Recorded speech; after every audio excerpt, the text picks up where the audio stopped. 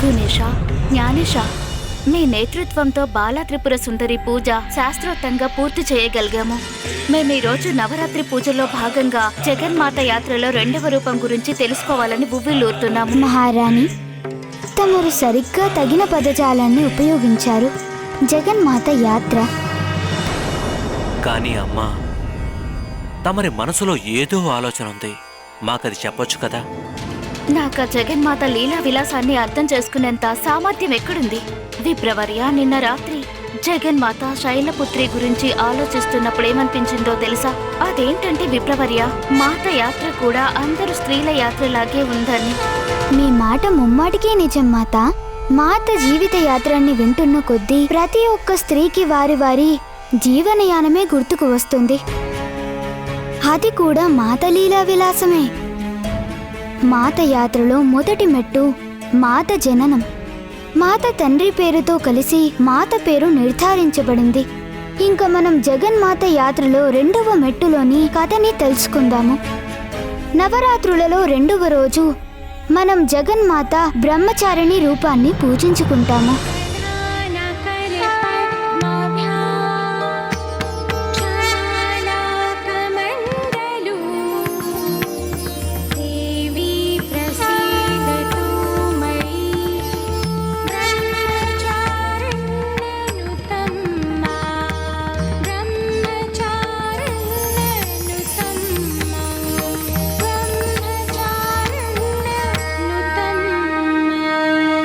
బ్రహ్మ పదానికి అర్థం అది ఏమిటంటే వేదస్త్వం తత్వో బ్రహ్మం. అంటే వేదాలు, తత్వాలు ఇంకా తపస్సు అంతిమ గమ్యం పరబ్రహ్మమే. ఇంకా చారిణి అంటే అర్చన చేసే యువతి. అంటే వారు తపస్సు జ్ఞానాల మూలంగా అంతిమ సత్యాన్ని సాధన చేస్తుంటారు. మాత ఆదిశక్తి ధరించిన రూపం అత్యంత దివ్యమైనది, పరిపూర్ణమైన జ్యోతిర్మయం. విప్రవర్య, ఈ స్వరూపంలో మాత మనకు ఏ రూపంలో కనిపిస్తుందో చెప్తారా? మాత బ్రహ్మచారిణి, తెల్లని వస్త్రాలు ధరించి స్వయంగా తలతలా మెరిసిపోతూ ఉంటారు. కుడి చేతిలో జపమాల, ఎడమ చేతిలో కమండలాన్ని ధరించి ఉంటారు.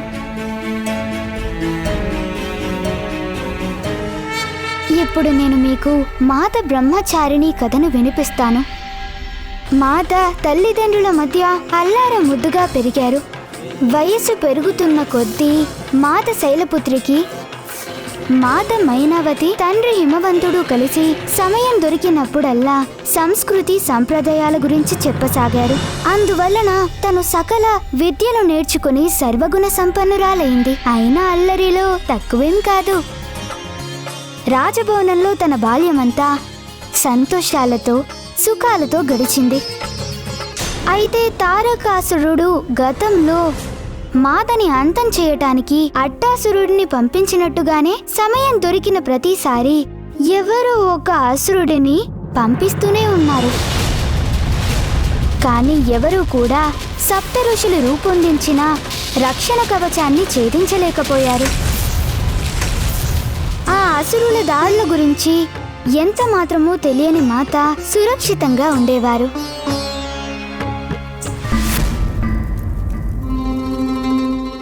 ఆ అట్టాసురుడు ఇంతవరకు ఎందుకు రాలేదు?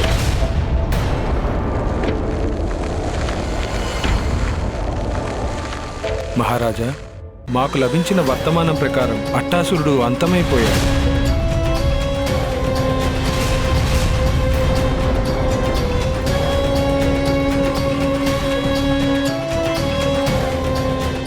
అంతమైపోయాడా ఆ అట్టాసురుడు? అయినా మనం ఎందుకు ఎదురు చూస్తున్నాం? మిగిలిన అసురులని పంపండి. ఇప్పుడే వెళ్ళండి, ఆ శక్తిని అంతం చేయండి. ఆ భవనంలో తను జీవించి ఉండకూడదు. తక్షణమే వెళ్ళండి, వెళ్ళండి.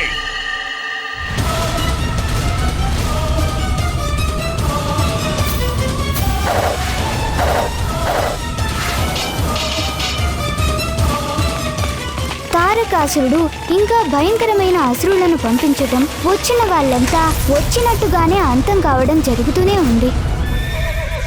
చివరికి తారకాసురుడు ఆవేశాన్ని, ఆగ్రహాన్ని అదుపు చేసుకోలేక చివరికి తనే హిమాలయ పర్వతాలకు బయలుదేరాడు. ఇప్పుడు నేనే వెళ్ళి చూస్తాను ఆ మాయావి మహాశక్తి ఎవరు. కొంతమంది అసురులని, యోధులను చంపిన ఆ యువతిని చూడాలి. పుత్రి పార్వతి,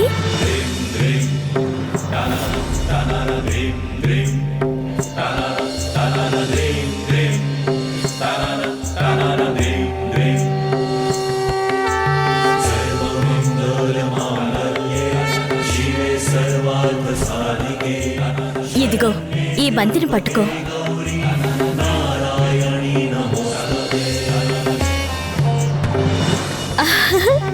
అరే వా, అద్భుతంగా పట్టుకున్నావు పుత్రి పార్వతి.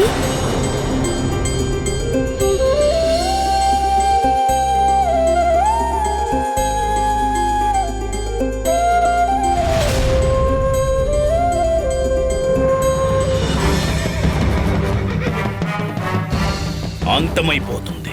నన్ను అంతం చేయడానికి వచ్చిన కాలాంతకి నా చేతిలో కాలి మసి అయిపోతుంది. మొగ్గలోనే తుంచేస్తాను తనని. మానుగా ఎదగనిచ్చే ప్రసక్తి లేదు.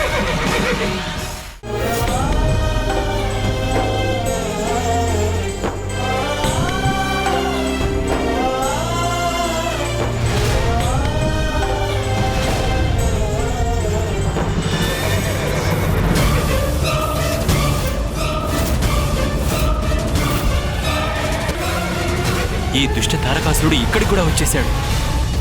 ఇప్పుడు తను ఆ హిమవంతుడు రాజభవనానికి వెళ్ళి ఏ ఉపద్రవం సృష్టిస్తాడో ఏమో. నిశ్చింతగా ఉండండి దేవేంద్ర, అక్కడ ఎలాంటి అనర్థాలు జరగవు.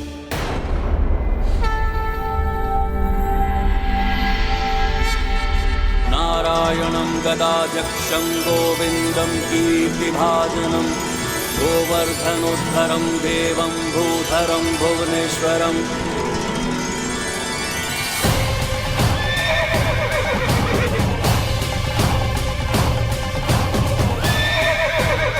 ఏమైపోయింది రాజభవనం?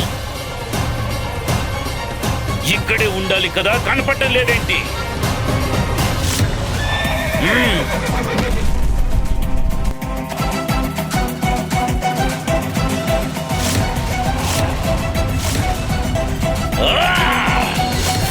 శ్రీమన్నారాయణుడు తన విష్ణుమాయా ప్రభావంతో మహారాజా హిమవంతుడి రాజభవనాన్ని అదృశ్యమయ్యేలా చేశారు.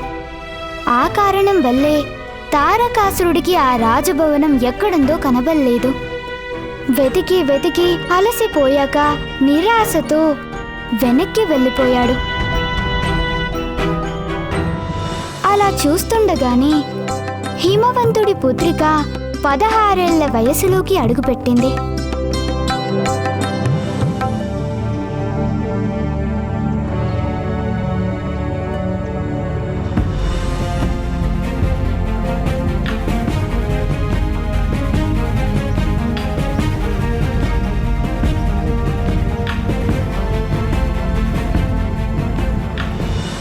విజయ, ఇప్పుడు చెప్తాను చూడు. ఈ మంచు బంతులతో పార్వతిని ఎలా ఆడిస్తానో చూడు. పార్వతి, పార్వతి ఎక్కడున్నావు? పార్వతి, పార్వతి, పార్వతి ఎక్కడ దాక్కున్నావు? సఖులారా, జయ విజయ, మీరెంతగా ప్రయత్నించినా నన్ను పట్టుకోవడం అసంభవం. పార్వతి, ఏమైపోయావు శైలపుత్రి?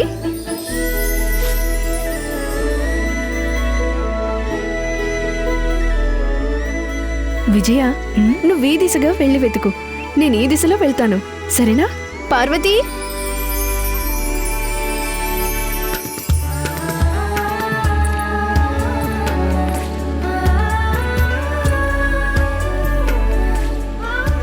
పార్వతి ఎక్కడున్నావు? పార్వతి, పార్వతి, పార్వతి, పార్వతి, పార్వతి, ఎక్కడికి వెళ్ళిపోయావు? పార్వతి, విజయ, పార్వతి కనిపించిందా? లేదు, నీకు కనిపించిందా? పార్వతి, పార్వతి,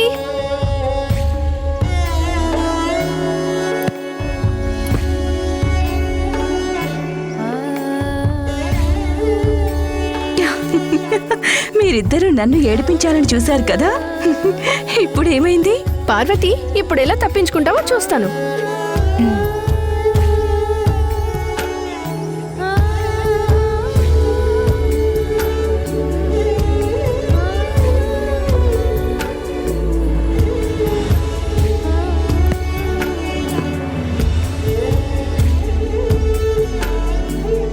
పార్వతి ఎక్కడ? పార్వతి ఎక్కడుంది? పార్వతి, పార్వతి, పార్వతి, పార్వతి.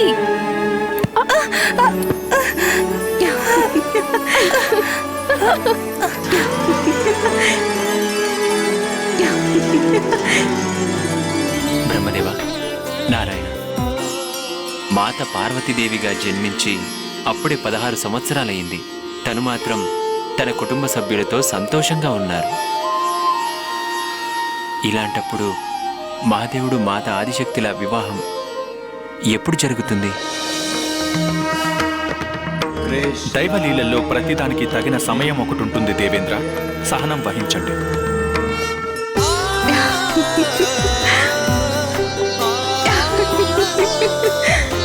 సఖీ విజయ, నీ ఎత్తుగడని ఎలా విఫలం చేశానో చూసావుగా. కోపం వద్దులే సఖీ, ఏదో సరదా కోసం చేశానంతే. సరదానా? అయితే నేనిక నీతో ఆడనంతే. విజయ, నిన్నే ఆగమంటుంటే. విజయ, ఆగు.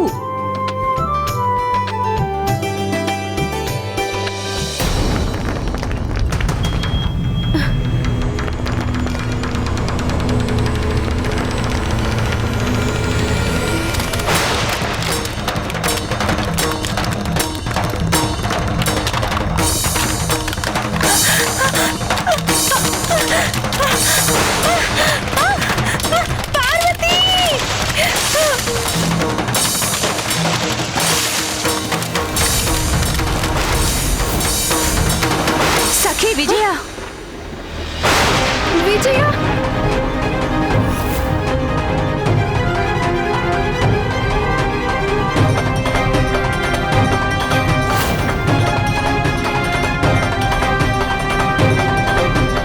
పార్వతి, ఆగు, ఆగు. కాలు పెడితే జారిపోతావు. జయ, సఖీ విజయ, నువ్వేమీ భయపడకు, నీకేమీ కాదు. నేనొస్తున్నానుండు. పార్వతి, జయ, నువ్వుండు. పార్వతి.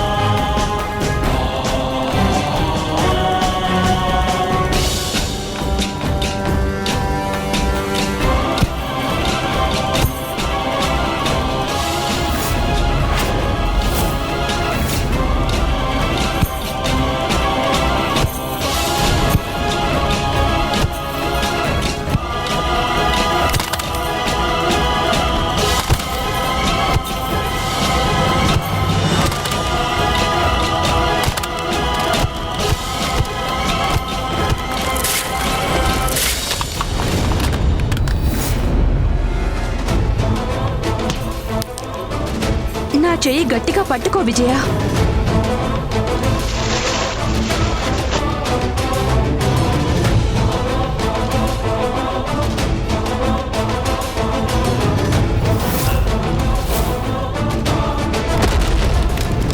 విజయ,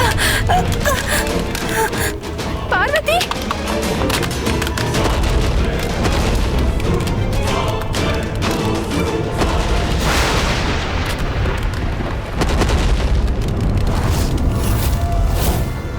పార్వతి సరిగ్గా నిలబడు. మంచుగడ్డ పగిలిపోతుంది. వెనక్కి వచ్చి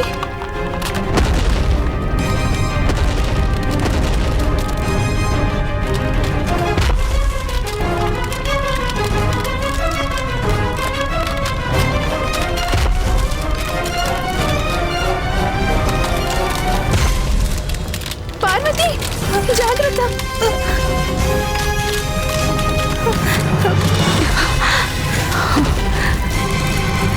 సఖి విజయ, విజయ, విజయ నీకేమైనా దెబ్బలు తగిలాయా? లేదు లేదు పార్వతి, నాకేం దెబ్బలు తగలేదు. పదండి, ఇప్పటికే ఆలస్యమైంది. అమ్మా నాన్నగారు మన కోసం ఎదురు చూస్తూ ఉంటారు. పదండి పదండి వెళ్దాం. మాత పార్వతి సభ్యత సంస్కారాలు కలిగిన అల్లరి పిల్ల మాత్రమే కాదు, మాతలో ఈ గుణాలతో పాటుగా హిమవంతుడే స్వయంగా మాతకు సకల అస్త్రశస్త్ర విద్యలతో పాటుగా యుద్ధ మెలకువలన్నీ దగ్గరుండి నేర్పించారు. మైనావతి దేవి క్రమం తప్పకుండా గ్రహ నక్షత్రాల పూజలు సంతలు చేయించేవారు. వాటి వల్ల తన పుత్రికకు ఒక మంచి వరుడు లభిస్తాడు. ఎలాంటి భర్త అంటే వారు పార్వతీదేవి కోసమే జన్మించడం జరిగింది. అక్కడ మహాదేవుడికి మాత ఆదిశక్తి జన్మించిన సంగతి తెలియదు. సుదీర్ఘమైన ధ్యానముద్రలో లీనమై ఉన్నారు. దేవతలందరూ కూడా మాతా పార్వతీదేవి మహాదేవుడి యొక్క కలయి కోసం ఎంతో కుతూహలంగా ఎదురు చూస్తూ ఉన్నారు. బ్రహ్మదేవ, నారాయణ, ఇంకా ఆలస్యం ఎందుకు? పరిస్థితులు అనుకూలించినప్పుడు మనమే ఎందుకు మాత ఆదిశక్తుల్ని మహాదేవులను కలిపే ప్రయత్నం ఎందుకు చేయకూడదు?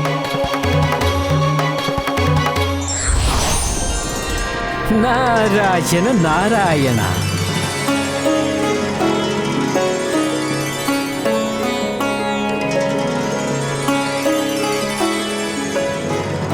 దేవర్షి నారద, మీరేం చెప్పాలనుకుంటున్నారో నాకు స్పష్టంగా అర్థమైంది.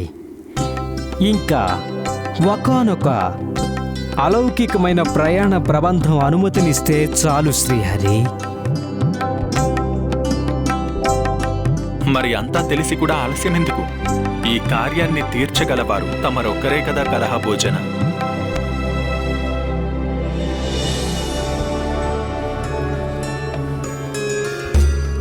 స్వామి, నాకు మన పుత్రిక పార్వతి విషయం చాలా పెద్ద సమస్యగా మారింది. తను విద్యా వినయ సంపన్నురాలే కానీ అప్పుడప్పుడు తన స్వతంత్రమైన ఆలోచన ధోరణితో ప్రవర్తిస్తుంది.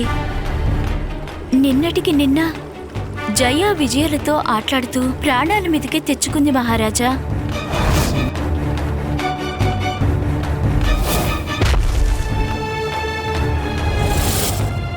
నా ఉద్దేశం ప్రకారం మనం తనకి తగిన వరుణ్ణి అన్వేషించడం చాలా మంచిది. చూడుమైనా, నువ్వు అకారణంగా ఆందోళన పడుతున్నావు. పుత్రిక పార్వతి చిన్నతనపు చేష్టలు తగ్గించి స్థిరత్వం కల్పించడానికి గాను మనం వివాహం కంటే ముందు మరికొన్ని చర్యలు చేపట్టాలి. నారాయణ నారాయణ.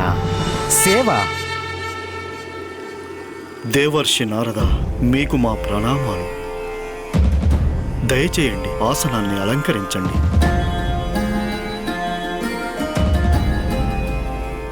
మీ ఆందోళన తగ్గించడానికి ఒకే ఒక్క ఉపాయం ఉంది, సేవ. క్షమించండి దేవర్షి నారదా, నాకేమీ అర్థం కాలేదు. ఏముంది తల్లి, మీరు మీ అమ్మాయికి మంచి చెడులనేవి నేర్పించారు.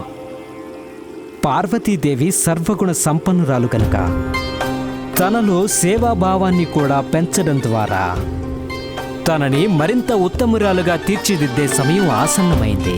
మహారాజా హిమవంత, తమరు ధర్మవర్తనులు గనుక ధర్మపాలనతో పాటుగా ధార్మిక కార్యాలను చేసే వారిని కూడా గౌరవిస్తూనే ఉన్నారు. ఇక మీ పుత్రిక మేలైన గుణవతి. లోక కళ్యాణం కోసమైనా తనని ఇంకా సాధు పుంగవులకు సేవలు చేసి తరించేలా చేయాలి. పార్వతి ఇంతకాలము సేవలు చేయించుకోవడంలో ఆనందం చూసింది. ఇక ఇతరులకు సేవలు చేయడంలోని ఔన్నత్యాన్ని కూడా సాధించగలగాలి. అంటే ఏమంటున్నారు? సాధు పుంగవులను సేవించడం కోసం మా పుత్రిక పార్వతిని ఎవరైనా మహర్షి ఆశ్రమానికి పంపాలంటారా? నారాయణ నారాయణ. మహారాజా, అదృష్టం అనే మాటకే అదృష్టాన్నివ్వగల అదృష్టవంతురాలు పార్వతి.